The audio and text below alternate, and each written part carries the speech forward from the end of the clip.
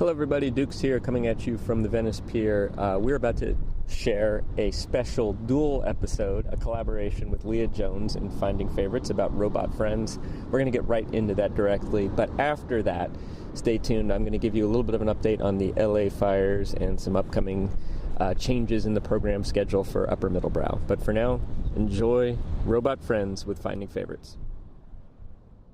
Tell him about fun we do time he gone. Tell him about field trip zoo fun. Was he sad he missed it? No, he instead argue. He said field trip was mall, not zoo, but that trip last month. That's because Tebow was suspended the whole month he's been gone, Anna explains. So he thinks last month's trip was yesterday. I say that, says Jax, surprising her with his understanding. But he not believe. He argue until Marco and Lolly too tell him. Then he sad. Well, I'm sure there'll be other trips to the zoo. Not because missed zoo. Sad missed month.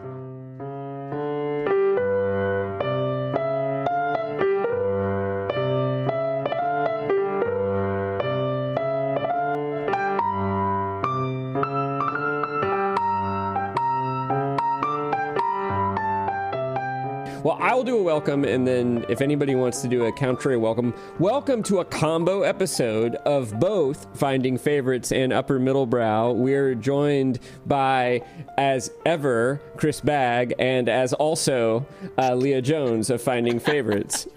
And does anybody want to add? By anyone else in a co-promotion of Finding Favorites? I mean, I guess we could be joined by other people. Right. Yes.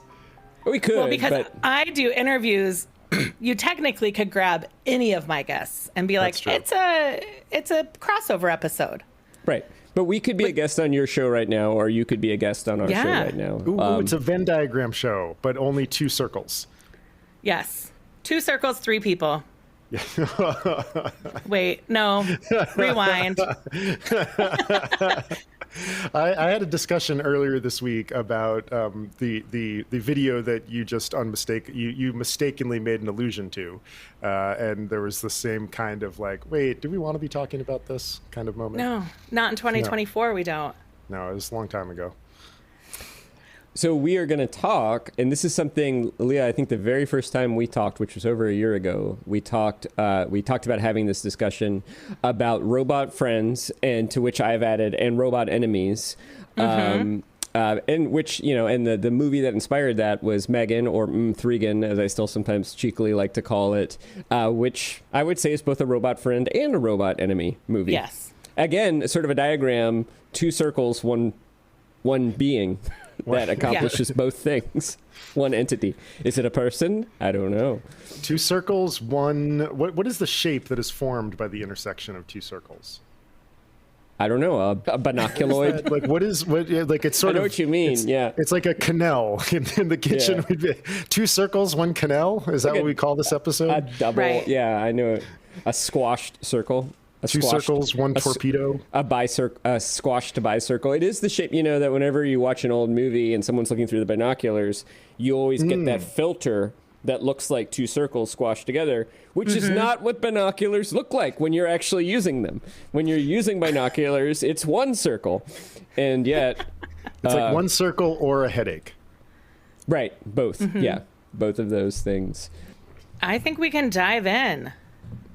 All right, well, I'm going to just put this question to all of you. We're going to talk about Megan, but then all of us are going to recommend at least one, and judging from the notes that I've seen here, maybe more than one, robot friend and or robot enemy story to each other. We'll roll for initiative, which is a thing we've done from time to time. But to start, I'm going to ask both of you, what do you think makes a good robot friend or robot enemy story? I don't think I go out seeking robot friend or robot enemy movies in particular. I talk about it often on my podcast. I have a Regal Unlimited membership. Splurged for that last year. And that means the bar is on the floor for movies I will go see in the theater. Yeah. Oh my God. Right? It was like $250 for the year.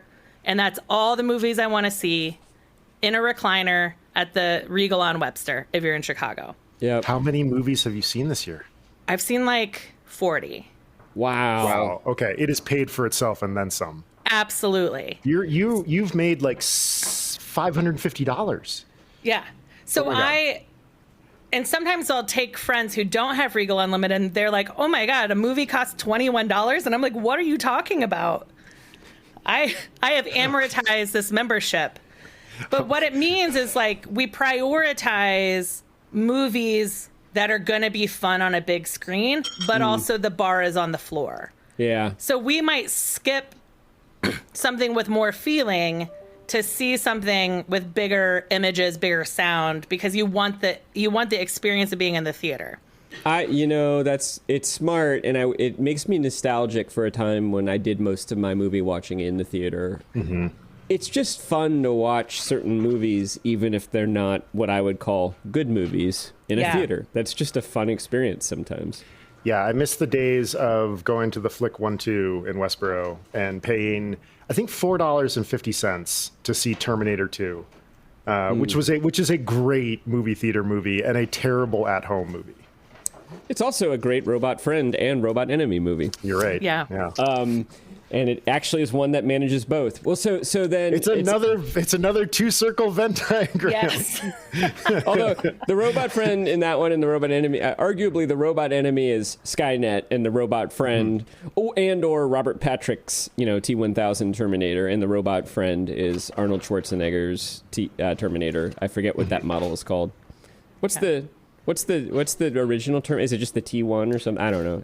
I don't know. That's a good question. I'm not sure. It's just the Terminator. Yeah, it's just like maybe they didn't get that far in. I think the Terminator comes out in 84 or 85. I think it's 84. Yeah. Maybe they were just like, I mean, if you don't think you're going to make another one, why are you going to come up with a model number? Right, and there was only one. Yeah, there was only one. But then, so the drill down, then, I'm going to rephrase my question to you, Leah, which then, in movies that you have seen, not choosing them because they are Robot Friend movies, but choosing them because you thought you would enjoy seeing them for no marginal cost. What then, based on the movies you've seen with Robot Friends and Enemies, which of the ones that you think are good, what makes them good? I like when a robot friend is presented without an uncanny valley. So we're going to talk more about Megan. So I like robots that look like robots. Mm-hmm. Give me a C3 or droids. Give me a C3PO. Give me the other one, the little one, R2D2, BB-8. BB-8. So I am more comfortable with robots that look like machines. Yeah. Than robots that look humanoid. So I saw the Creator this year, where they're trying to get there's this weapon, and it is the worst. It is a weapon of mass destruction. It is the worst weapon in the world, and it's been created by aliens, and if they can capture the weapon, then they can beat the aliens. Mm-hmm. Well, the weapon is a robot child. Yeah. That is growing and learning. So you can't just destroy the weapon because it is a child. Yep. And how that messes with the mission. Right. And did you enjoy that, or was that uncomfortably annoying to you? That because it's Uncanny Valley-ish? It was there. I think I walked out having enjoyed it, the experience of the movie. There were some things about it that were really hard. The violence in it was very familiar, the violence in it was not big enough. It wasn't imaginary enough. It was a little too close to home. Mm-hmm. Even having robot children. Too realistic to be fun, but not realistic enough to be a serious movie about violence.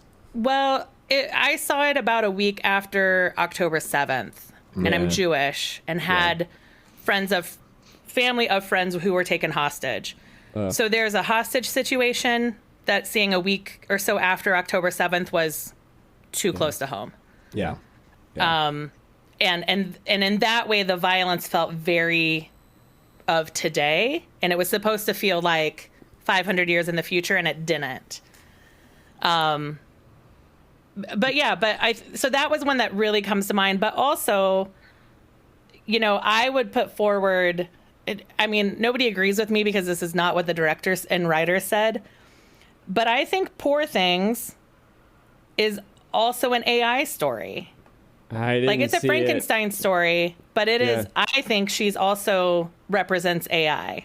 But I didn't see it, but I have a premise that Frankenstein is kind of like one of the original AI stories, or that it invents some of the tropes that we're still using today. I was thinking about the three robot friend tropes that I've seen a lot, or robot enemy, and they're all good. So one is the machine goes crazy and tries to kill people, and that's like HAL 2001. That's Terminator. That's Terminator 2. A few others. Obviously Megan. There is, I think, Leave the World Behind has a moment like that. There is Machine Wants to Be More Human. And that is like Bicentennial Man. That is Lieutenant Data from the 90s Star Trek. That is, I would say, Short Circuit. Ex Machina has a little bit of that. And that can be done really well, too. And then there is just like the faithful robot companion, and that's R2-D2. And it's kind of the servant. It's like the Beowulf poet's servant.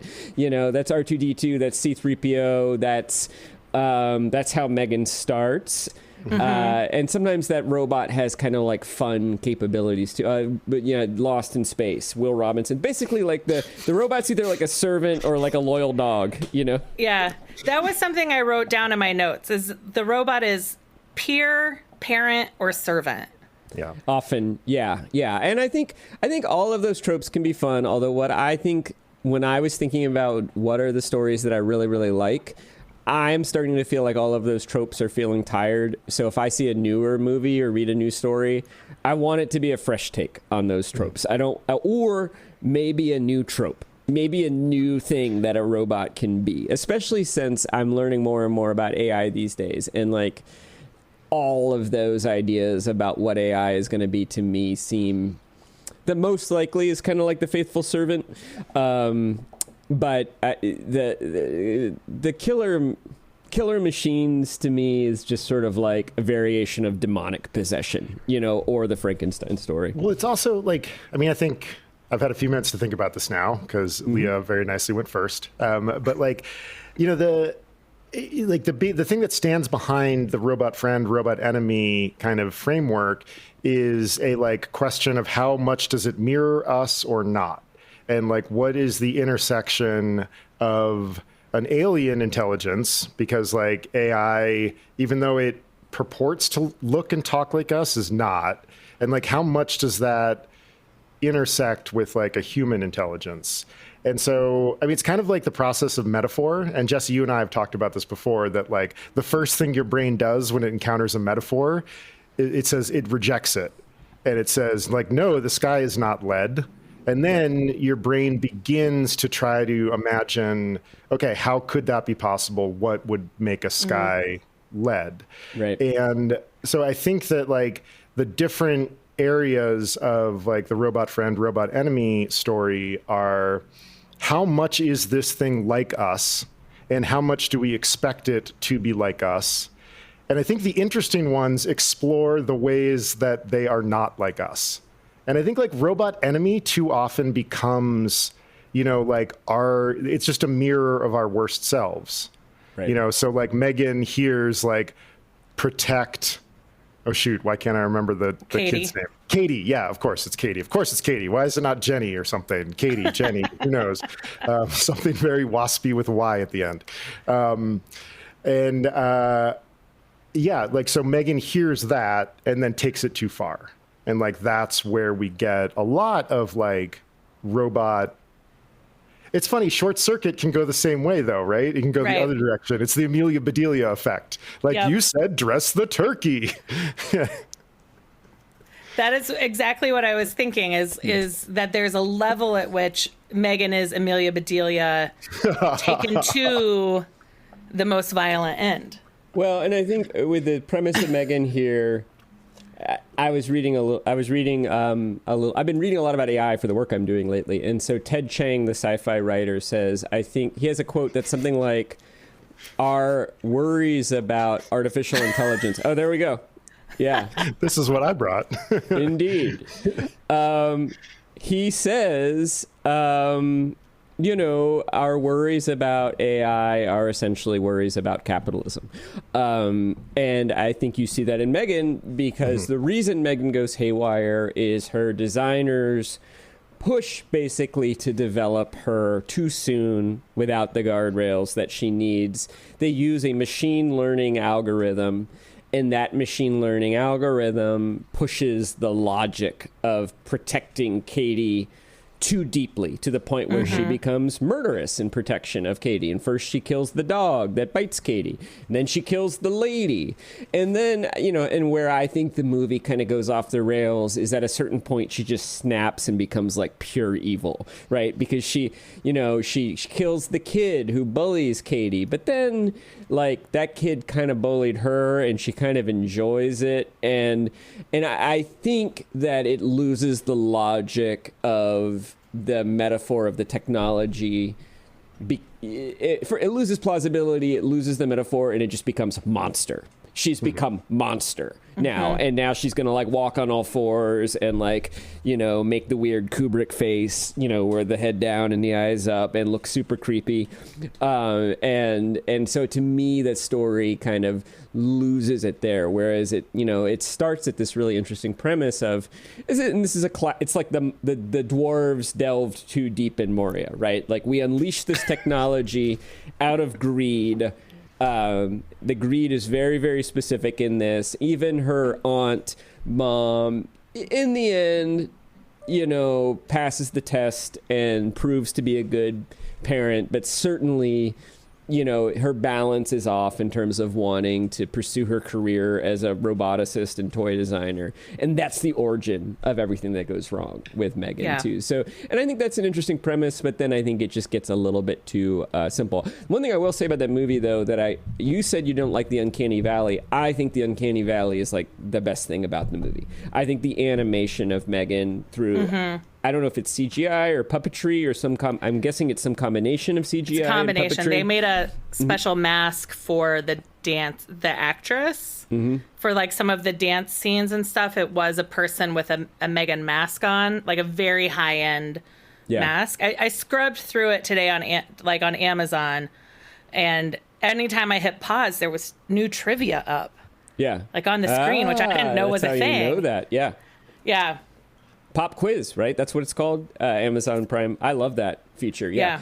No, I thought that was the best part. I think that, and even though Chris and I were texting, and my take on Megan is that it is RoboCop meets Child's Play with like a little bit of Mostly Martha thrown in, which is this movie that we mostly watched. Also about a kind of clueless mom whose sister dies and adopts the child. And although, with Martha's cluelessness has much lower stakes. Nobody is murdered in Mostly Martha, fortunately. She's just not a very good, fake mom. But I really liked that. To me, my favorite part was just like, wow, they did a really good job animating this character, because she is creepy and you graceful, monstrous at times. There are all these scenes of like early on when we're starting to get the sense that this machine is starting to go awry. There are all these body language hints at this. And I thought that part was really well done. Yeah.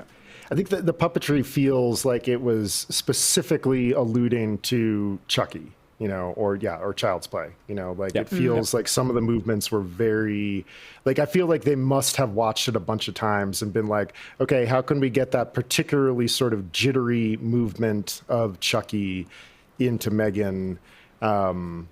But yeah, other than that, like, I mean, it is, Jesse and I were texting about just, it's like the tropiest of tropey movies. You're like, oh, let's get rid of those parents. We got to get rid of those parents. Like, It's funny. I another influence, I think, because when we get rid of the parents, they're driving somewhere that looks like the hotel in The Shining.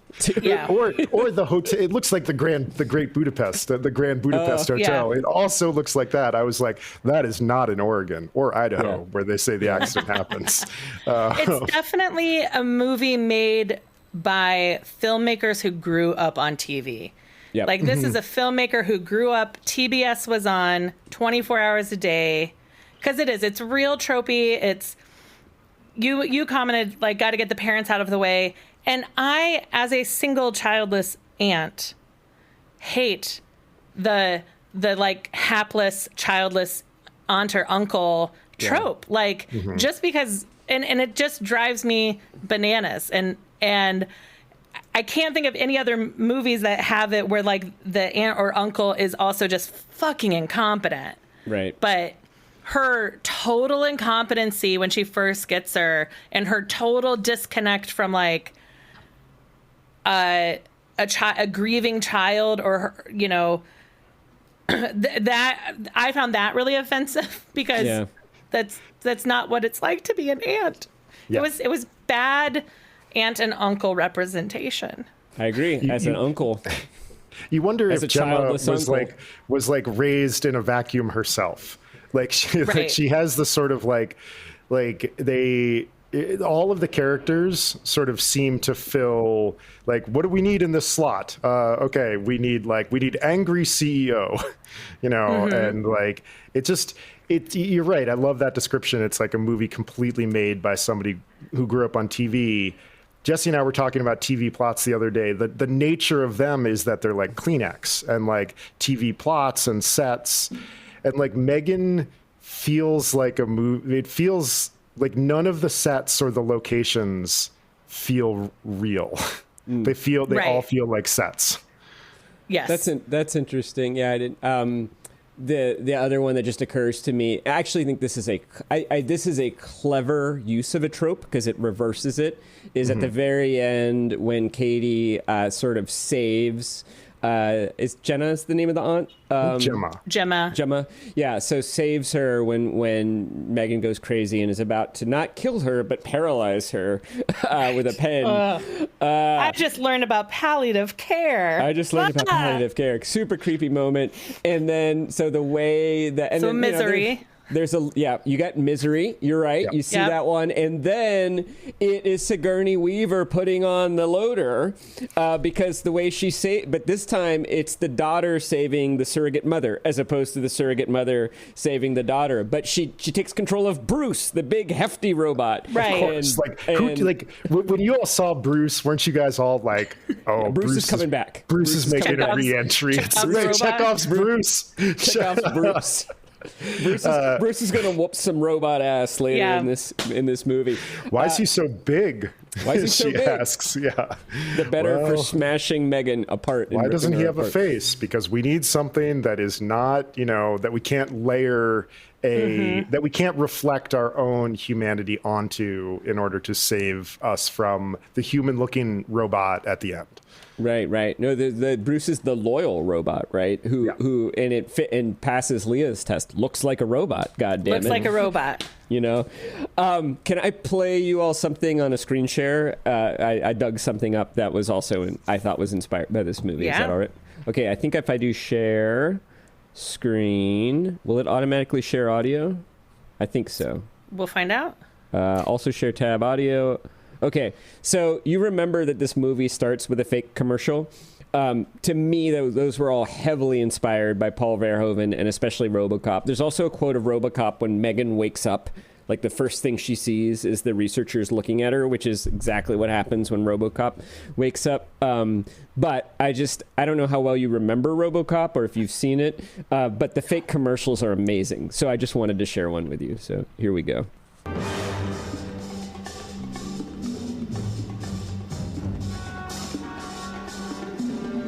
God, the music is amazing.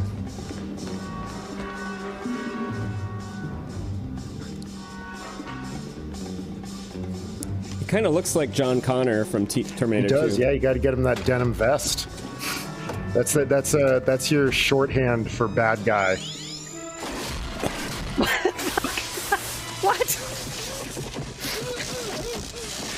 Seems a little excessive. Magnavolt, the final word in auto security. No embarrassing alarm noise. No need to trouble the police. Are you just gonna get in the seat? And it won't even run down your battery. Magnavolt. Lethal Oh my God. That was wild. There are like 5 like that in the movie. And, you know, when I saw RoboCop when I was probably like 11 or something, and those all flew over my head. And then I went back and watched it as an adult, and I was like, oh my God, this is high satire. And you know, the plot is also a greedy corporation invents a robotic cop in order to make money and then ignores all sorts of signs that the technology is flawed because it's making money too. And similar to Megan, you get this kind of critique of capitalism gone awry. But those commercials are amazing. You can find them all on YouTube if you have like 2 minutes sometimes. There's also one with like the future has no ozone layer. So there's one where a model advertises like SPF 200 sunscreen, and it's completely opaque. Isn't it great when you see like stuff like that where, you know, the filmmaker has included this like amazing moment of satire, and then like, but then also purposefully chosen not to change things. So like the future has no ozone, but they still have parking garages. You know? Right. So it's like the identical parking garage, and it's just like, and it's great, right? Like that's a nice touch. That's what tethers it to our reality in order to make the satire work. And it's like one of those where you're like, yeah, that's a brilliant touch. It's like not a moment of discontinuity. It's actually like intentional and great. Well, and RoboCop is supposed to be near future, but like many sci-fi things, it is commenting on the present. You know, it is commenting on sort of the corporate, public, private partnerships when it comes to policing and over-policing and all of those things. And that is a story of robot wanting to be human too. You know, that RoboCop's quest the entire time is to regain his humanity because he's actually a hybrid man and machine. I guess Pinocchio is that's the other like original AI story that we haven't really talked about, is like robot wants to be human. Right. And Pinocchio is like the first Lieutenant Data. Yeah. Velveteen Rabbit. Velveteen Rabbit. Yep. Yes. Oh my God. Jeez. We gotta stop. I'm gonna start crying. Right. That's a sad one. Yeah. Let's go to recommendations. Yeah. Let's keep moving. I think we touched on Megan enough to, I mean, I don't know. Like, I think it's an interesting movie with some like real flaws. Like, what would you guys say as like your 1-sentence review of Megan? Same. Interesting movie with some flaws, some nice moments. I give it a B. It's like a good popcorn. It is tense. Like, it's tropey, but it still has intensity, and it still is stressful. And like, I still had to watch parts of it through my fingers. Like, I'm a wimpy moviegoer, but I see a lot of action and horror, and so it was like everything it needed to be, even if it was predictable. That's fine. Yeah, and it was so campy. Like it was high camp. So I think it is like a fun watch, and it's a group. I'm glad I saw this one in the theater. Like, it was a good, one to see with other people yelling at her. That makes sense. Yeah. Stop! Don't go into that garage. Yeah. Right. Yeah. And you're like, no, don't go into the weird, creepy, dark garage at night with the killer robot in it. Don't do it. And of course she does. Yeah, exactly. It had a lot of, I think it was fun like that too. It'll be interesting to see how it ages. I don't think it was a very clever treatment of the robot friend and enemy tropes. I felt like it recycled them without adding much. Apart from, I really am impressed by the puppetry and like the animation. I did think that was really cool and well done. Okay, so Leah, when we have done these recommendation shows in the past, because we're friends with tabletop role-playing game podcasts, we borrow a dynamic from them, which is to roll for initiative. So if you go onto the rundown I shared, there's a link to a website, Roll a Die, and if you click on that, you can roll a 20-sided die, and that is how we will determine initiative. I rolled a 9. Do you know that you can also enter roll and then the how many Ds and then what kind of dice right into your Google search bar, and it will roll. It will roll polyhedral dice for you. But some startup made like $1 million in acquisition money on when Google purchased that capacity. Yeah. I got a 13. 7. Oh. So it goes Chris, Jesse, Leah. Okay.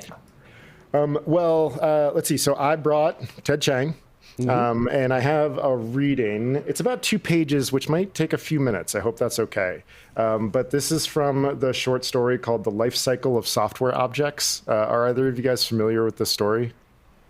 Just a little background, because there's some jargon in it. The main character is a former zookeeper who has been working at a tech company and is on the precipice of being let go. And she gets headhunted from another company that has begun making intelligent virtual pet animals. And like they're called digients. And the animals can eventually talk, but they have to go through this period of learning and growing. And people purchase them to kind of raise them as children pets. But then the software cycle sort of moves on, and people begin abandoning their digients, and eventually people start suspending them, which means they basically never log in, and these artificial intelligences are sort of left to just kind of they're either kind of like boxed or fridged, and it's just called being suspended. The digital Velveteen Rabbit. And the reason I'm bringing it is because, of course, it's Ted Chiang, and Jesse, you already said, if we're going to do a robot friends, robot enemies, it has to be new. And every time Ted Chiang does something, he does a fresh take on it. And in this one, I think it's so amazing because it's not the robot friends or enemies that are the betrayers. It's us. We're the problem, and we're the monster. We're always the monster. Right. Yeah. It's right. I mean, it's Frankenstein, right? It's the doctor. It's not the monster is the problem. So the main character's name is Anna. Her digient is named Jax, Jax. And the company that is called Blue Gamma. And that should be enough context, I think. So over the course of the following year, the forecast for Blue Gamma's future changes from sunny to decidedly cloudy. Sales to new customers have slowed down, but worse than that, the revenue generated by the food dispensing software has fallen. More and more of the existing customers are suspending their digients. The problem is that as the neuroblast digients leave infancy behind, they're growing too demanding. In breeding them, Blue Gamma aimed for a combination of smart and obedient, but with the unpredictability inherent in any genome, even a digital one, it turns out the developers missed their target. As in an overly difficult game, the balance of challenge and reward that the digients provide is tilting beyond what most people consider fun, and so they suspend them. But unlike dog owners who brought a breed they were unprepared for, Blue Gamma's customers can't be blamed for not having done their homework. The company itself didn't know that the digients would evolve in this way. Some volunteers have begun maintaining rescue shelters, accepting unwanted digients in the hopes of matching them with new owners. These volunteers practice a variety of strategies. Some keep the digients running without interruption, while others restore the digients from their last checkpoint every few days to keep them from developing abandonment issues that might make it harder for them to get adopted. Neither strategy is enormously successful at attracting prospective owners.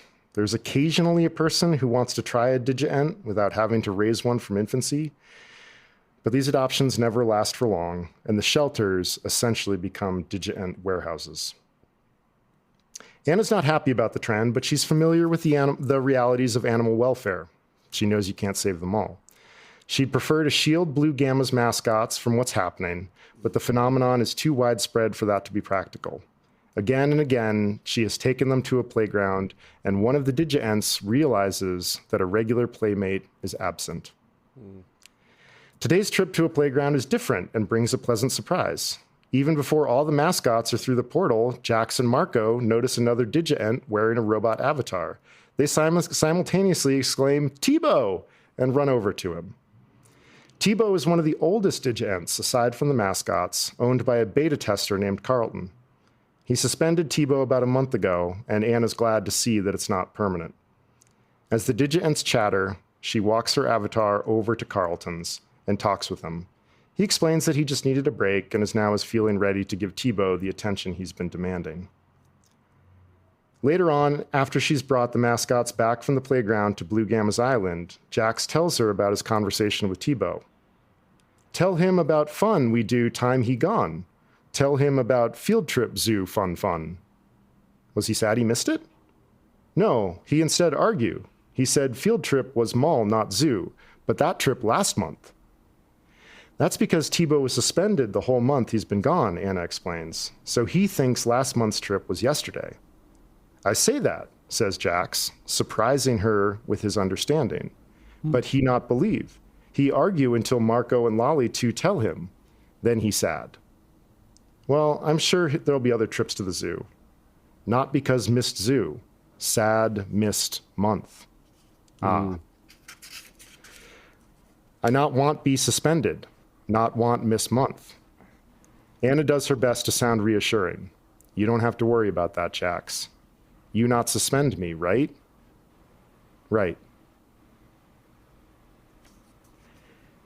I just think that is such a wild, flip-flop of the, it's not robot enemy or not robot friend. It's it's robot child. With all of the, all of the heartbreaking realities of, trying to be an effective parent.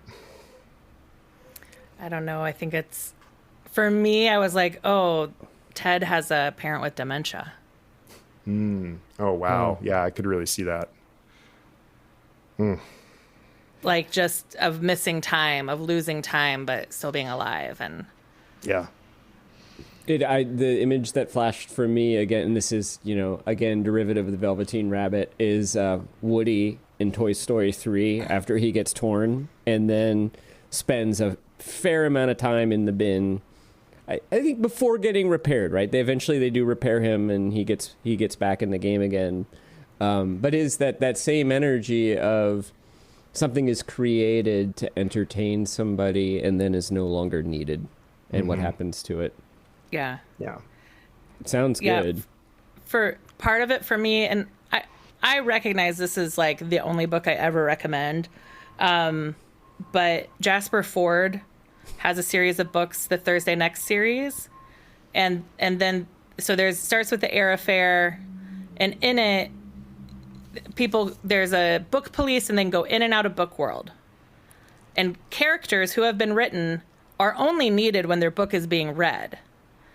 And when their book is when their book is being read, they're out on the page. Characters are called from the library run by the Cheshire Cat.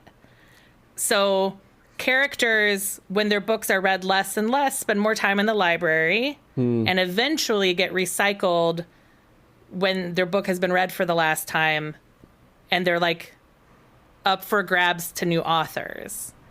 God, it's so it made me think of that world of of what happens when the toy is no longer loved, the digital animal we've created is no longer holding our attention.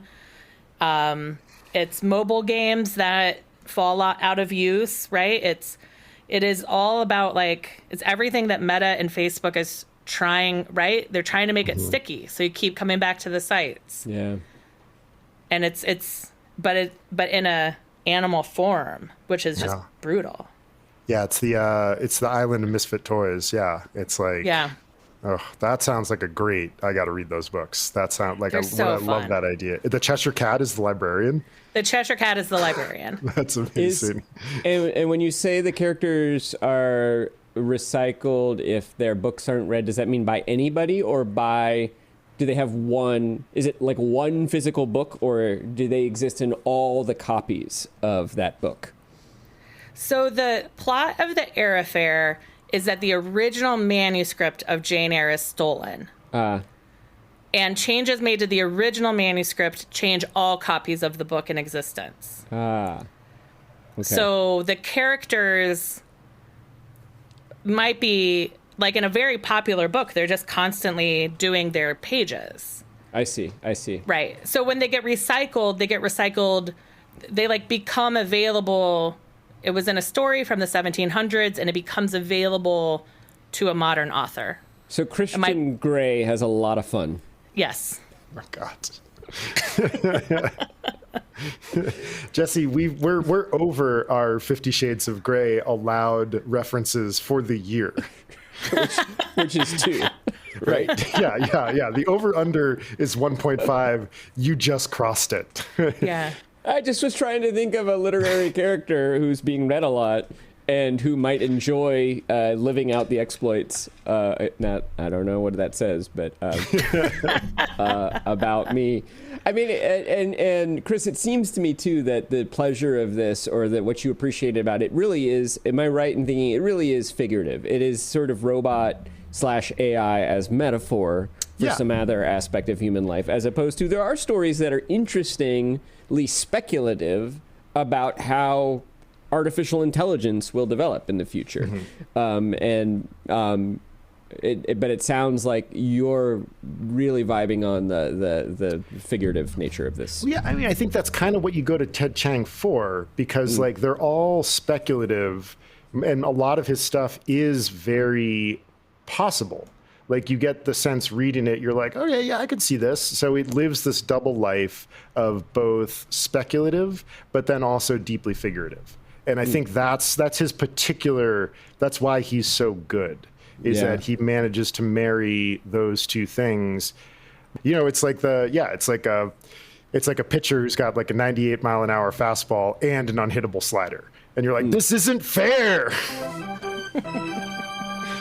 Well, I guess I'll go next. Well, I'm gonna give you a couple of honorable mentions. And then I'll give you my pick. So one honorable mention are the short stories of Isaac Asimov. And there was a particular collection that I got from my aunt, who was kind of my sci-fi aunt, is my sci-fi aunt in the 90s, called Robot Visions, which had stories going back to the early 1940s. And then it had a couple new ones written in the 90s, all by Asimov. And I don't know if you've read any of Isaac Asimov's robot stories. They're usually short stories, and they all have the same premise, which is that there are 3 laws of robotics. And one is basically robots can't harm humans. 2, robots have to obey humans unless that conflicts with the first law. And 3, robots have to protect their own existence unless that conflicts with the other 2. And all the stories have something to do with the interaction of those 3 laws. And I think in that collection of stories, you get Bicentennial Man, you get stories of robots gone haywire, you get stories of, you really get all 3 of the tropes that I mentioned. You get killer robots, you get the robots that want to be human, and you get the loyal servant robots. And there's also this character who appears in many of them named Dr. Susan Calvin, who is a robot psychologist, which is great. And so she's always being called by like the Robotics Corporation to figure out like what's wrong with this particular robot. They are great stories. I kind of feel like everything we've talked about and are going to talk about, you could find an Asimov prefiguring. Certainly the Terminator is prefigured. Certainly Megan is prefigured. Certainly any story about the robot trying to be human is prefigured. I mean, I think the modern examples sometimes take it into neat new places too. So that's an honorable mention. RoboCop is also an honorable mention. I just think it's a really good movie. But my actual recommendation is Moon, starring Sam Rockwell. It was a film. I don't even remember who the director was, to be honest. I'll look it up real quick. It came out probably like maybe 10 years ago. 2009. I can't believe it's that long ago. 15 years ago. To me, it feels like a relatively new movie. And it stars Sam Rockwell, and he he is a clone, you learn about a third of the way through the movie. So it stars Sam Rockwell, and Sam Rockwell at various times as multiple characters. And then the voice of the robot friend, Gertie, is played by the actor formerly known as Kevin Spacey, who has, of course, now gone to movie jail because of his bad behavior. But he is a brilliant performance. And he basically plays... The basic premise, I don't know if you've seen this or not, but Sam Rockwell plays Sam Bell. He is an astronaut on the moon. The moon is mining helium-3, which is a cheap supply of energy for Earth. And really, you just need one person to keep everything going. And the corporation signs him for a 3-year contract, but unbeknownst to the original Sam Bell, they basically have a series of clones who are designed to wear out after about 3 years. And so every time one Sam wears out, a new one is hatched, from the clone bank. And this robot caretaker, Gertie, who has a kind of like mobile CPU tied to the roof where it's got like a little screen, a camera, and then he also has a robot arm, but the robot arm is independent and they kind of move around and swivel around and stuff like that. Helps him and looks after him and talks to him, and the performance was modeled on HAL from 2001. So it sounds creepy, but what I really, really like, without going too deep into it, Gertie never goes haywire, but he also doesn't behave entirely the way his employers would expect him to.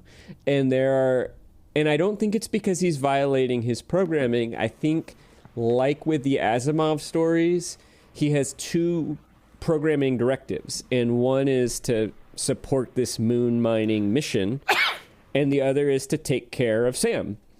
And those 2 things are sometimes in conflict.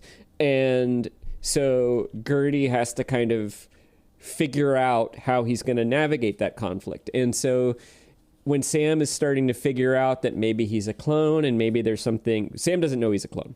None of the clones know that they're clones. They think they're the original Sam. And when he's starting to figure these things out, he'll ask Gertie questions, and Gertie will never lie to him, but will often try to divert him, which I think is really, really interesting. And then there's a moment, I'm going to try to do another screen share, where Sam has kind of figured out what's going on, and he asks Gertie to explain it. And let's see if the screen share works, because it's Amazon Prime. They might not play nicely, but I'm just going to try it. Yep. Okay, you should be seeing Sam Rockwell. Mm-hmm. There's 2 Sam Rockwell clones. One of them is 3 years old, and he is basically starting to fall apart and die, and that's the one you're going to see. And then there's another one. Let's see if you hear it. Am I really a clone? When you first arrived at Serang, there was a small crash. You woke up in the infirmary. You suffered minor brain damage and memory loss. I kept you under observation and ran some tests. I remember that. Sam, there was no crash. You were being awakened. It is standard procedure for all new clones to be given tests to establish mental stability and general physical health. Genetic abnormalities and minor duplication errors in the DNA can have considerable impact on... What about Tess? What about Eve? They are memory implants, Sam. Uploaded, edited memories of the original Sam Bell.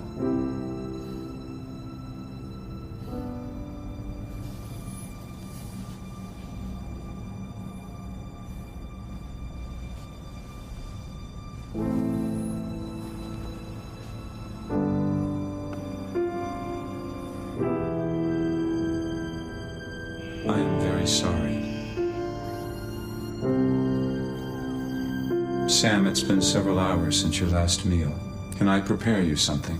Usually Gertie's smiley it has a smiley face. You see he has a frowny face now.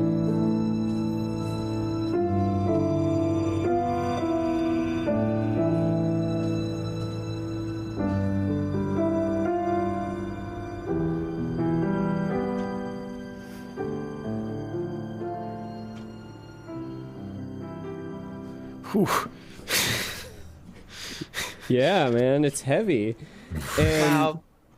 I think actually there is a figurative thing going on here. I mean, this is sort of a metaphor for capitalism. This poor miner is being completely exploited by the company that's benefiting. And because he's a clone, they can get away with it, probably because he has no rights and that kind of thing. But Gertie, the robot, I don't think we're within 10 or 20 years of this technology, but I could imagine maybe 50 or 100 years in the future having robots that could be programmed to be an assistant of an outpost miner or an astronaut who do have their programming encodes with them an urge, a capacity, a compulsion to look after this person. And the complexity might be manifest as something like an emotion, right? You know, that a neural network might, I don't know if it's possible, and that the mission of looking after the human might conflict with the mission that its corporate designers actually built it for. And I think that's a really, really interesting idea. I also think there's probably human analogs to that idea too. You know, if you think about your insurance customer support person who you call on the phone when you're not getting the treatment you need paid for. And that person's trying to help you, but they also have been hired by the insurance company that doesn't want to pay you. I think the robot, and I think that's an increasingly common situation, and I think we're going to turn to robots in those situations. I bet even now, if you call your insurance company in certain situations, you might end up chatting with an AI-powered bot, at least at first, you know. I think we're going to see more and more of that. So I thought that was a really powerful moment. And I think what I really like about that film's depiction is Gertie doesn't snap. He doesn't go crazy and try to kill anybody. He doesn't completely betray his corporate overlords. He continues to operate, but like many humans, it's torn between two elements of its programmed values, and it tries to follow those values. And that is, to me, it's a really human experience, but then it's also profound to think that we could put an artificial intelligence in that position, and maybe we will someday. Yeah, I mean, you know, a lot of these movies, like the AI thing is basically like, this is it's a safe place to set all of moral quandaries. You know, do you kill one person in order to save seven? It's the train problem, that sort of thing. I think the greatest droid that we've ever gotten to see in Star Wars is K2SO in Rogue One, which is, you know, the greatest Star Wars movie, because it's a total party kill, because they're freed from the fan service restrictions of keeping the story aloft. They're like, sweet, we can kill all these people. And K2SO comes to a very heroic and incredibly tragic end that is very sad. And like the droids in Star Wars are programmed to preserve themselves, but also their bigger directive is to protect the humans that are around them, which is that same, like, I think what you're getting at, Jesse, is what's interesting here is the moral conundrum that we can get when we take these robots and give them human moral quandaries. That I think it's very unlikely that we're going to get a super intelligent robot that decides to turn against us.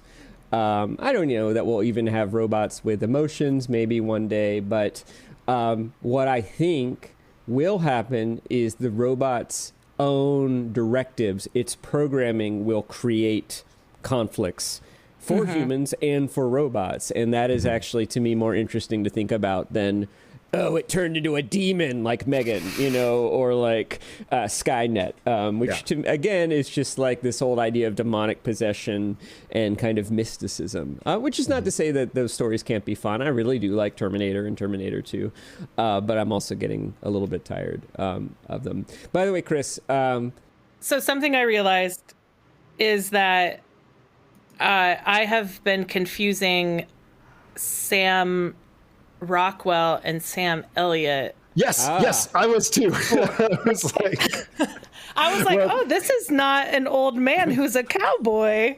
Who is the Sam that plays cowboys? You mean all this time I'm just a clone? Leah, you and I were in the same boat. Hill's going up here in this moon station. I was imagining this like mustachioed, Yes. cowboy hatted dude, like kind of wandering around like the Sea of Tranquility. I'll Yeah. be danged if you don't look just like me. Because doesn't Sam Rockwell sound like he should be Sam Elliott's brother-in-law at least? You know, I would always confuse Sam Rockwell with Dean Stockwell, who is an actor from like the 70s and 80s with a similar name, who plays kind of similar characters too, but they're like a generation apart. Yeah, I don't know. I sort of figured out who Sam Rockwell was at some point, but I do remember he has one of those names that's eminently forgettable, and you're always like, Sam Rockburn? Dean Rockwellian? Dean... Yep. Sam Rockstone, Stone.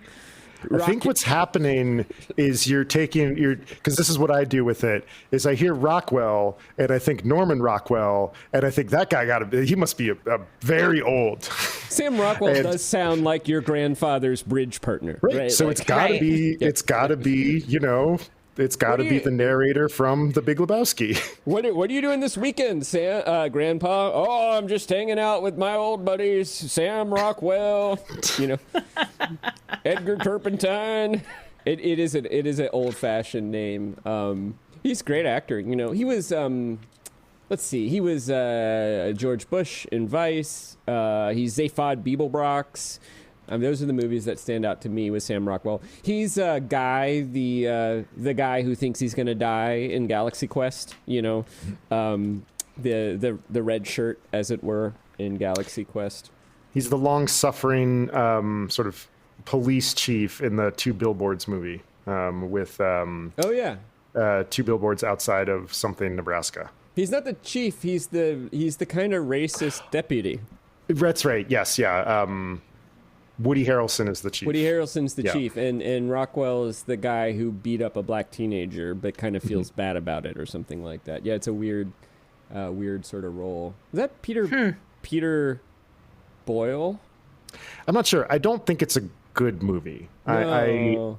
But I watched it on a plane, and I don't think any movie that you watch on a plane. Isn't it the guy who made Slumdog Millionaire? Isn't it the same director? Is that Peter?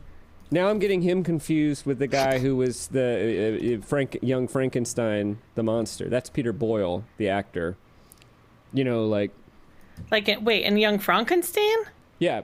That guy. Have I summoned to you the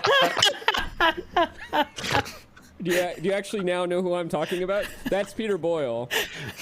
Who directed Slumdog Millionaire? Please hold. Danny Boyle. Yes. Who did Train Spotting? I believe Danny Boyle directed 3 billboards outside of Billings, Missouri. It's like Ebbings, Nebraska. Yeah, that's right. Ebbing, Missouri. Okay, we got there. Who's the director of that? 3 billboards. It's one of those movies. I think that's why people started calling it 3 billboards. Oh, it is 3 billboards. Okay, yes, yeah. 3 billboards. Martin McDonough. That's right. Yeah, he wrote and directed it, and which I was super bummed about. It feels like a Coen Brothers movie, but it's not a Coen Brothers movie. Well, Leah, do you have recommendations for us? I have recommendations. I wrote down while you were explaining your Sam Rockwell Elliott movie, where you were explaining Moon. I realized how we went this whole time without talking about Doctor Who. Ooh. Right? Oh, yeah. Doctor Who has robots.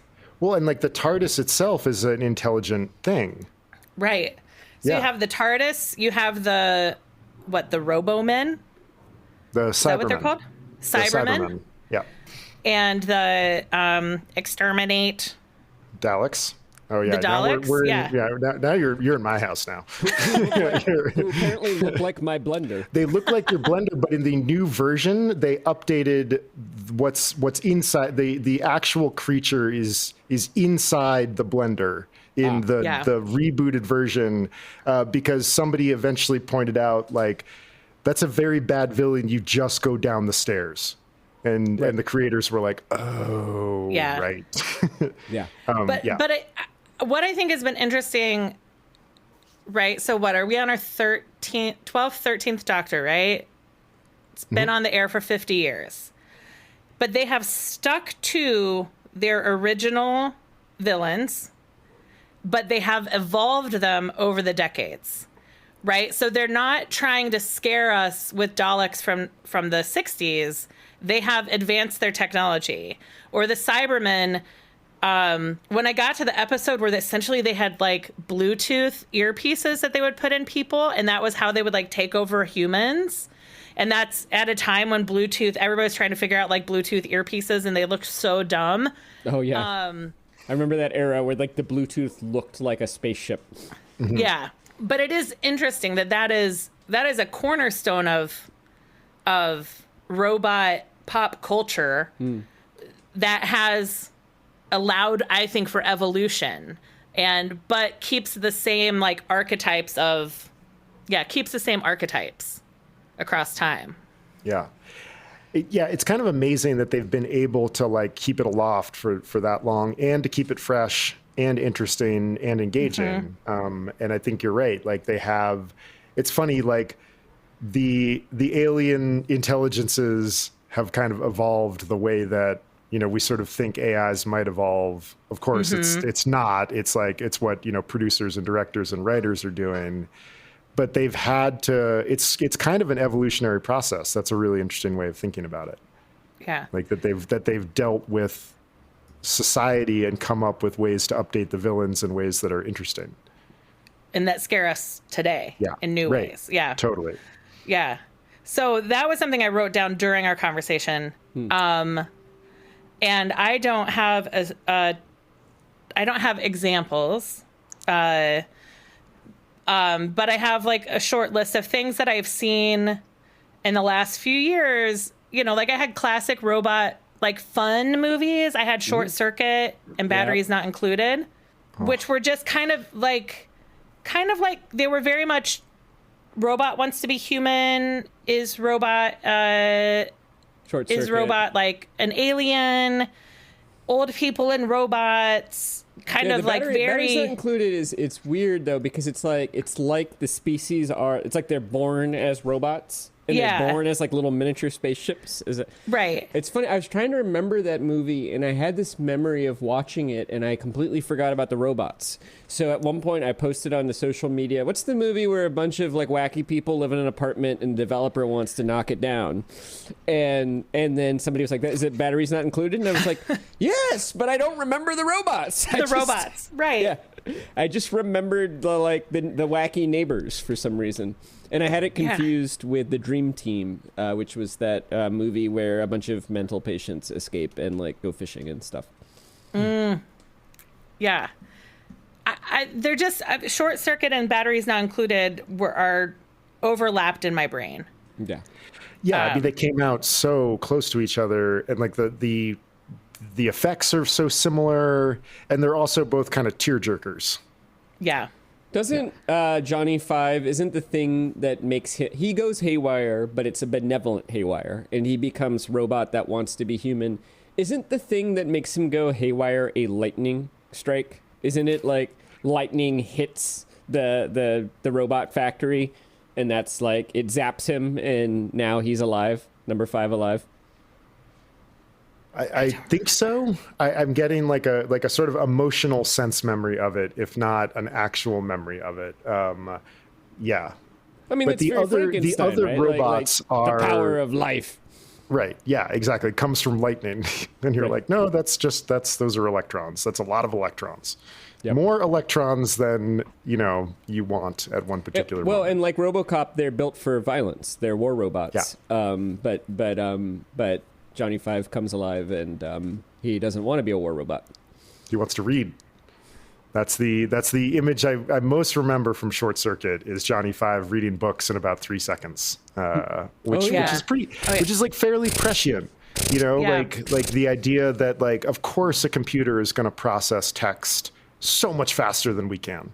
They can do that. Yeah.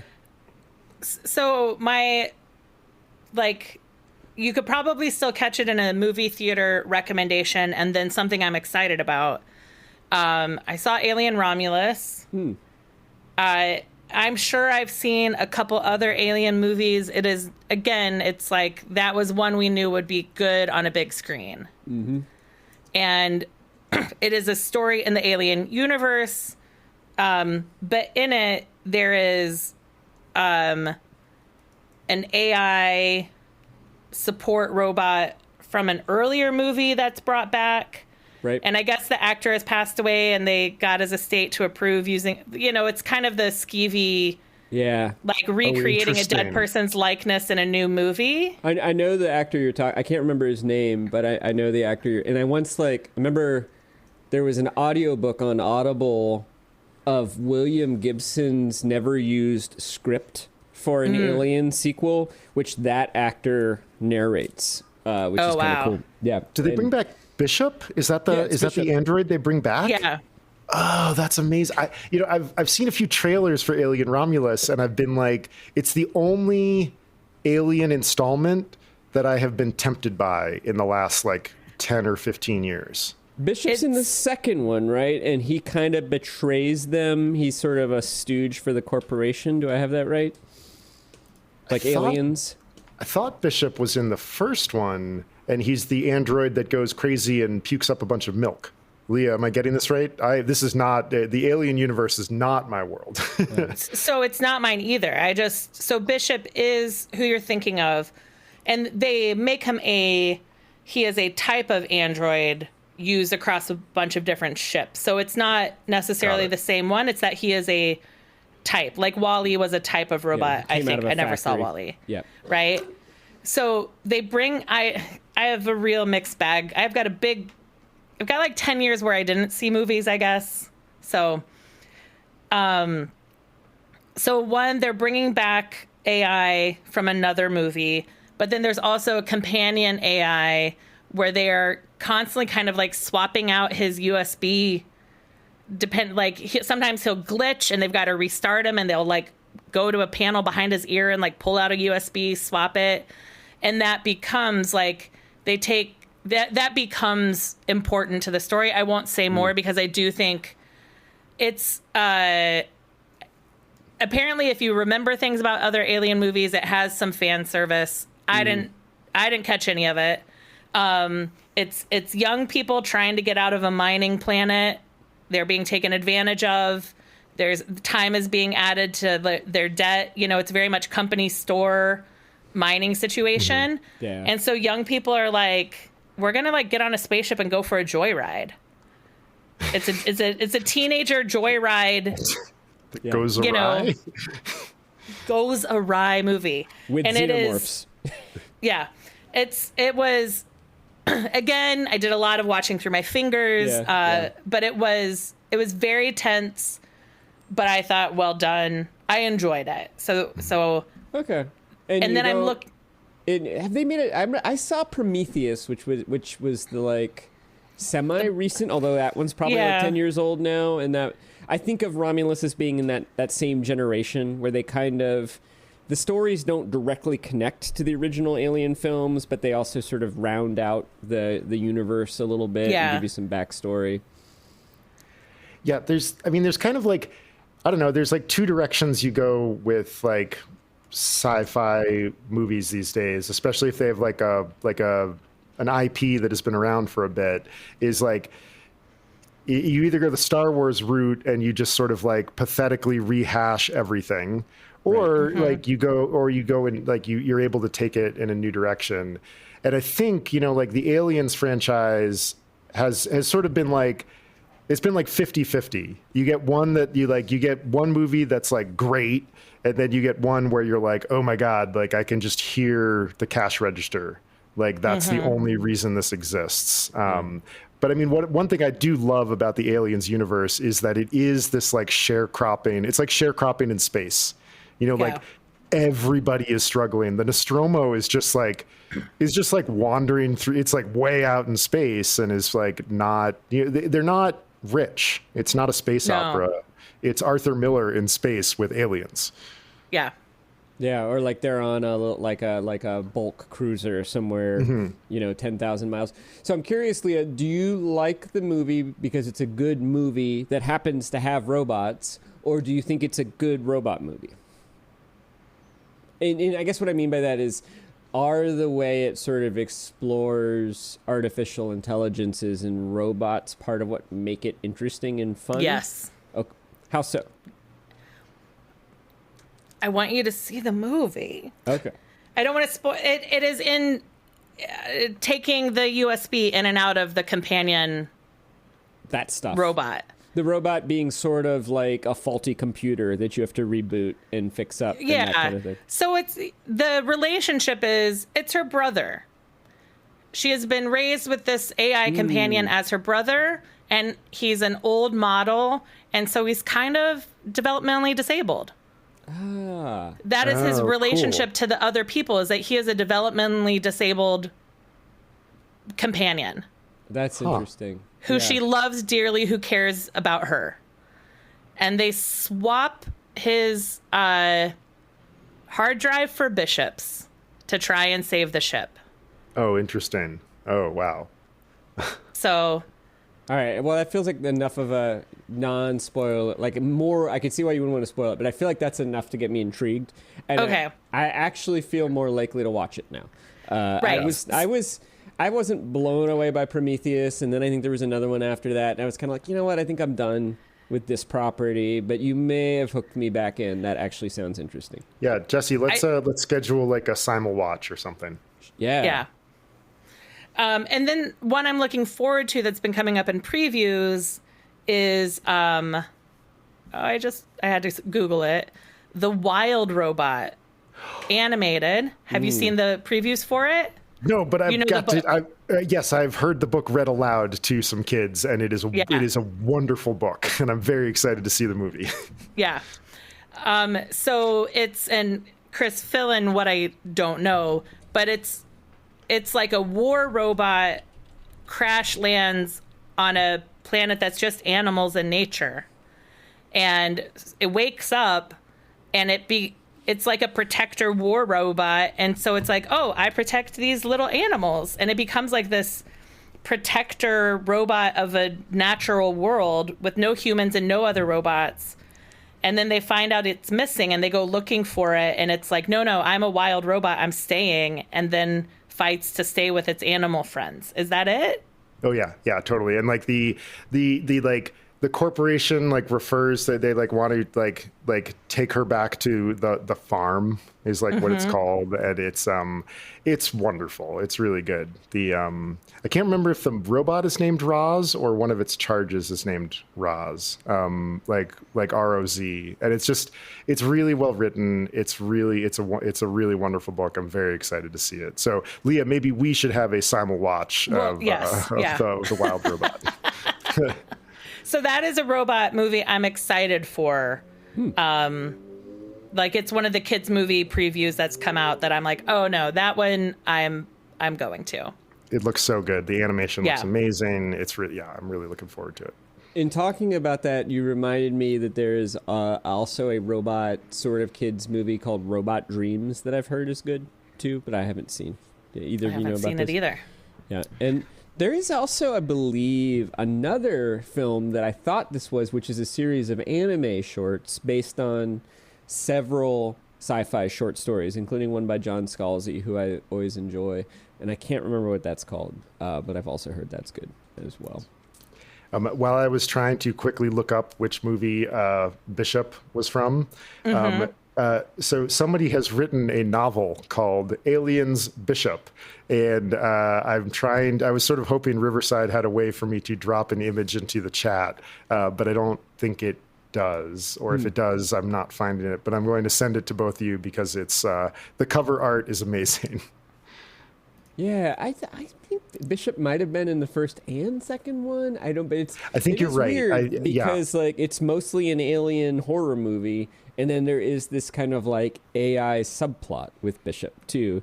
And my recollection is that, they are working for this corporation who doesn't particularly care about them and is endangering them, and Bishop has some connection to the corporate overlord, and I don't quite remember the details. He's in both. He's in they're in both Alien and Aliens, and that sort of brings up another like trope of AI is that like if you sort of merge the AI and horror genres, like you always need expendable archetypes. And in a lot of horror movies, the AI or the robot is the person who is always going to get killed because they're a robot, you know, and that's what happens to Bishop in both Alien and Aliens.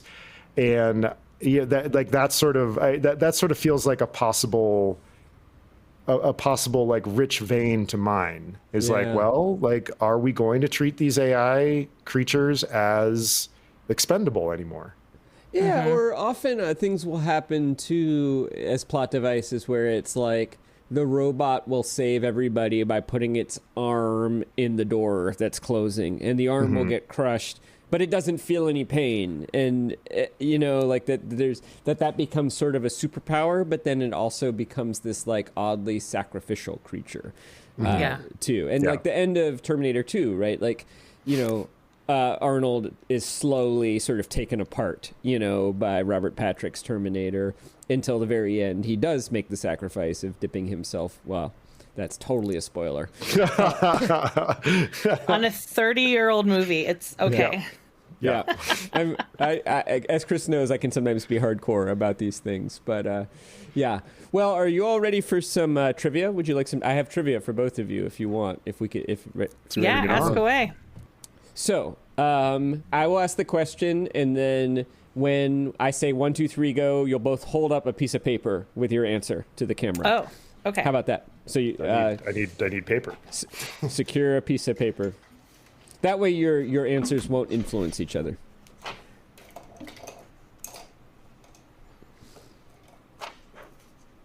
I'm ready. You're very scientific. Chris is ready? Ready. Ready? Okay. So here's the question.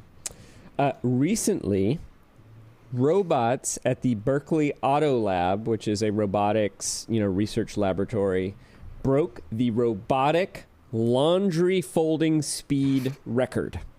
And robotic laundry folding, in order to set the record, you have to fold a random assortment of clothing that has been sort of dumped on a surface unceremoniously. So different clothing, different sizes, in sort of chaos, in a heap. I imagine they hire teenagers in order to achieve this effect. So recently, the robots at the Berkeley Auto Lab broke the robotic laundry folding speed record. How fast can the new robot, the fastest robot for folding randomly splayed clothing garments, fold clothing? A, 120. I'm going to give you, there's multiple choice. So is that clear, or do you want me to restate the question? No, it's clear. I was going to ask about the unit of measurement, but you're giving us multiple choice. So Leah and I were on the same page. I was like, we're not being given enough parameters to answer this question. We have clarifying questions on your trivia. Like what's the unit volume? Right? Yeah, the unit time of measurement is folded garments per hour. So you could start thinking about, say, how fast. How fast you could fold, how many garments you could fold in an hour. Shit, I mean, are we folding jeans or are we folding like fitted sheets? Like a fitted sheet takes a year to fold. No, t-shirts, button-up shirts, garments. Jeans, garments. Okay, yeah. Clothing that a human being could wear. Does it include matching socks or just folding? Just folding. I don't think it has to match socks. I think it just has to fold. I'm not 100% sure, but I imagine we're mostly talking shirts, skirts, shorts, trousers. This is 100% like following the standard arc of Upper Middlebrow trivia, which is the creator / asker has done like the bare minimum amount of research to generate the question, but like cannot field the wackadoodle questions that the other host inevitably comes up with. I mean, I did read a whole article about it, but it doesn't necessarily go into detail about the garments that the robots are folding. But Was the record-setting robot able to fold A, 120 to 140 garments an hour, B, 80 to 100 garments an hour, or C, 30 to 40 garments an hour? I think I can fold 100 garments in an hour. I hear writing. Yep. Let me know when you're ready. Ready. I'm ready. Okay. We're going to go 3, 2, 1, go. And on go, you're going to hold it up. 3, 2, 1, go. Leah has chosen B. Bag has chosen A. The correct answer is C. 30 or 40 garments an hour. Robots, the best, most powerful, expensive, best robots that research can create are really bad at folding laundry. How much did these robots cost? I mean, That's my next question. So much. I don't So much. know. And it's also like hard to answer because the technology that powers it is probably based on, like automation robots that build cars and things like that. Like when I've seen the videos, they look like the kind of robots. So they're standing on the shoulders of other technologies. I imagine hundreds of thousands, if not, But it's two single-digit arms with millions. like claws at the end. Yeah, they've right? got 2 arms. If you want, It's lobsters. yeah. They're lobsters. They're like they're little 3. It's like 3 finger appendages. Yeah. I can post something. I can do a quick. I share. really want to have see the robots sort of like holding up garments sort of confusedly. Like, how does this work? Like, that's Chris what I Bagg, want. If you have YouTube, you I can go see watch that. this. Okay. Yes. Yeah. Well, do they look confused? I only want to watch it if the robots look confused. I think that I don't know if they don't have faces. So do you see? This is what the robot Yeah. laundry folding robot looks Yeah. like. It doesn't have a face to express confusion, but you can certainly see them, sort of trying. Let's see if this is a video. Nope. You can certainly see them trying to fold the shirt and then kind of like not getting it right and then trying again and trying again. But, I think I find this fascinating, too, because I think right now we're in an age of AI enthusiasm. And I think a lot of us don't realize, how incompetent many robots are. Even though robots can assemble like a Ford vehicle, but basically that the parts they're using are the exact same dimensions every single time. And, laundry is chaotic. It's different every time. Every shirt has a different weight. It has a different texture. It has a different, friction. Is this a 7-8 years ago, I was working on the launch of a robot called Temmie. And essentially it was like a Segway with an iPad and a tray. And it could follow your parents around the house, assuming the house had no stairs. So a Roomba, okay. like it's a Dalek. It could carry their tea for them. You could use the screen to make calls, but it would follow you and carry a few lightweight things. Yeah. So And that's cool. it. Yeah. That's yeah. And I think that one of the things we're learning is that we humans have capacity to make sense out of chaos to a degree that we don't even know until we try to get a robot to do it. And the robot's like, this is really hard. Would you all like to watch 60 seconds of a robot trying to fold laundry? Would that be fun? Yes, obviously. All right. Here we go. This makes me think that we've got another like Tolstoy illusion here. Like all happy laundry is the same. All unhappy laundry is unique in its own way. It's Cloth true. grasp point detection. Oh my God. This is the lab. I don't. This is begging for hilarious voiceover. Right. What is this? This. You could just imagine the this is, America's this- Funniest Home Video guys doing the voice, This is a cloth. Can you tear it? Is it a shirt? Okay. wasn't it the Full House guys who also did the video my God. voiceover? Okay, good job. It looks so proud of itself. Oh my god! Like it smooths it out at the end. So it's got a camera. It said point detection, right? So it's holding up this leopard print towel and it's turning it all around, trying to find a corner. Yeah, it's like trying to like recognize the shape of it, right? Like where is this in space? And we'll note it's doing linens rather than garments, which I would imagine linens are easier than garments. They're all rectangles. They're all rectangles, yeah. But also using the table to fold. Watch when it goes from the pile table to the folding table. Yeah. It's going to use the table to make the fold. Yep. Oh yeah. Oh man. See? Okay. Is the Leah? Are the tables here? I like how it lovingly smooths the linen. I really after. do like that. I love how its arms sort of like come up after it's done, as if it's excited. Right. Leah, it sounds like you have some experience here. Are the tables green so that the eye cameras can like see contrast and actually like interact with the thing? Is it like a green screen? I imagine. Okay. Wow, that was awesome. The robots I worked with didn't have arms. It had a tray. See, this is the Tesla. Tesla bot Optimus is folding the Tesla laundry. is approaching uncanny valley here. Yeah. Oh, it's so tender. Yeah. This one. Let's see. It's definitely got personality. It worked at Gap. That's a Gap fold. That's a Gap fold. Look at it rotate its hips. I know. The Tesla robot has style, but I think the other one did a better job with the folding. I think so. Yeah, but that was a t-shirt, which we all agree is harder, right? A t-shirt is more difficult than a towel, yes. Let's see if we can get some more. This is folding clothes autonomously. A complete pipeline.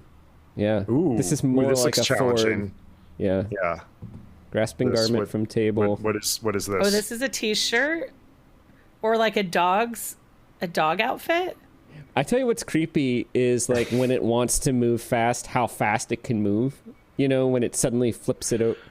Well, that's sort of what goes back to what we were talking about at the beginning, is that we want these AIs and we want these characters to resemble humans. But then the real moments of drama are when they don't resemble humans. And it becomes this sense of like, oh, we are playing with fire. Did you see that it's doing grasp point detection, right? It's figuring out where it's going to grab. Where do I to hold this it. thing? And then once it does that, checking grasp direction so it doesn't rip the shirt in half. I want to see some of the blooper videos. It really should spread it out. I love that the body language right now is like, that doesn't look great. Yeah, I didn't get that quite right. Oh, no. So when you were the other robots that were cleaning, I felt like were one robot, two appendages. Yeah. This one I feel like is two. It's like a three-legged race. It's like two robots trying to work together to fold. Yeah. Versus like one robot.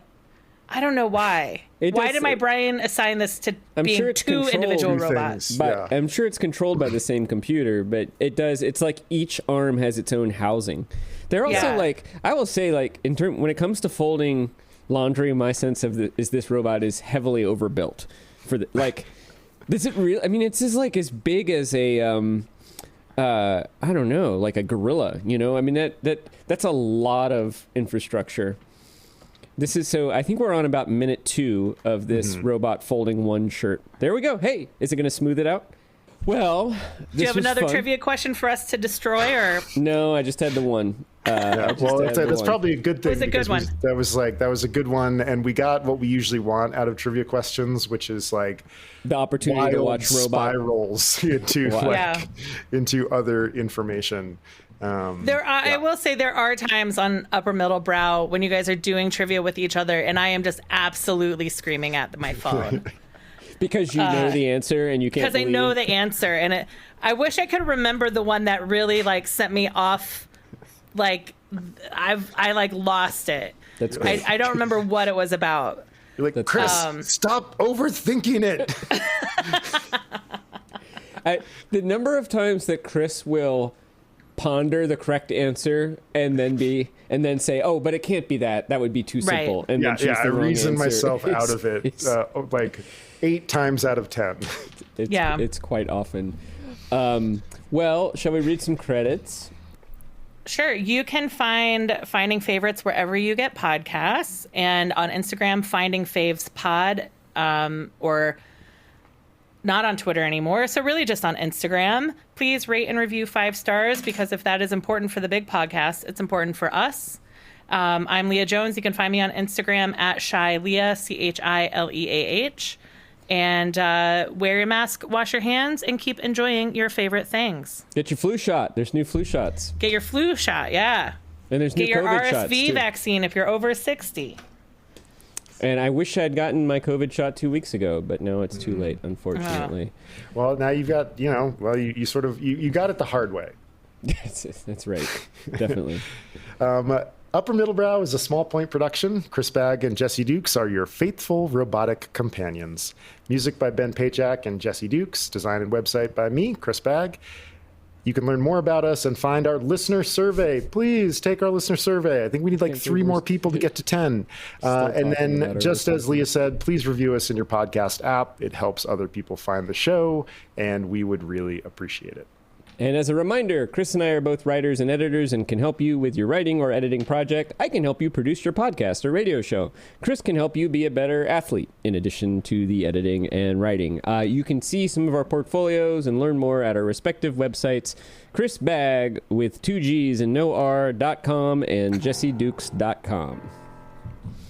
And Leah Jones, thank you so much for doing this with us. This was great. Thanks, Leah. This was really fun. So fun. Yeah, always fun.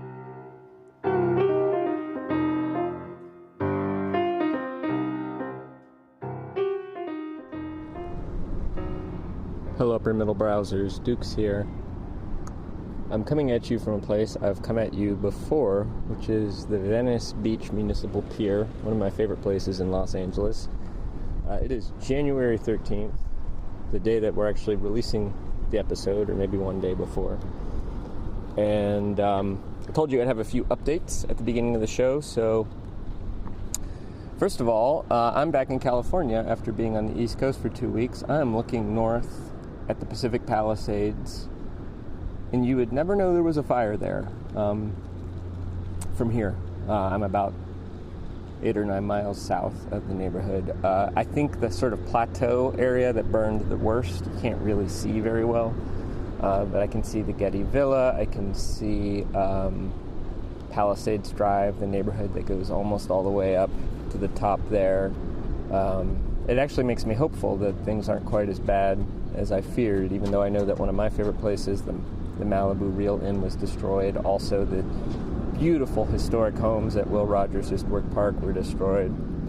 And obviously, some people died. Firefighters were injured, which just makes it purely tragic. But you would not know. It is sunny, it is beautiful, the air is clear and clean. My understanding is that the fire continues on the other side of the Santa Monica Mountains, over by Calabasas. I cannot see any evidence of that. I don't see any plume. It's not even particularly smoky or foggy today. I think if the wind was coming out of the north, it might be worse. But it's coming offshore, which usually I find that annoying, but this is a good day for an offshore breeze because it keeps the air clean. So that's just an update from Los Angeles. I'm perfectly okay. I do want to take a moment and say, for anybody who's been displaced by any of these fires, our heart goes out to you. I have a number of friends who had to evacuate, at least one friend or two whose house is burned. I don't know if they're going to be recoverable. And I have heard that some of my friends are returning to the east side, friends in Eagle Rock, Altadena. I don't know how they're going to be. That fire appears to be out, or at least down to just some smoldering, so hopefully the worst is over and we'll get some rain soon. Wet the mountains down. Make everything green again. But life goes on. People are doing LA things. I played Ultimate Frisbee this morning. People are out jogging, enjoying the beach, fishing.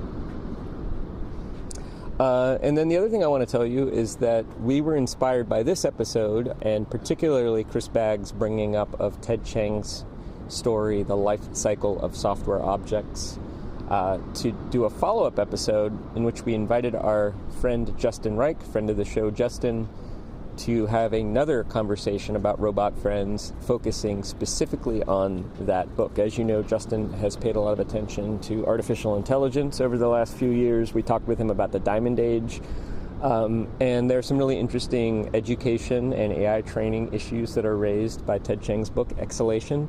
So that'll be coming out probably in a couple weeks. We also have the second half of The City in the City that's coming out really soon. So a couple things to look forward to. That's all I got for you for now. If you're in LA, I hope you're safe. If you are elsewhere, know that most people in LA are safe. And I shared some things on my social media for people who are interested in helping people who've been displaced or need other kinds of help. There's a spreadsheet right now with a whole list of GoFundMes, particularly focusing on the needs of people of color who often don't have the same support in crises and emergencies like that. Of course, there are also lots of white people who need help too, but hopefully you can dig deep and help some people in this moment recover. And Happy New Year, and we'll see you next time. I'll leave you with some sounds from Venice Beach.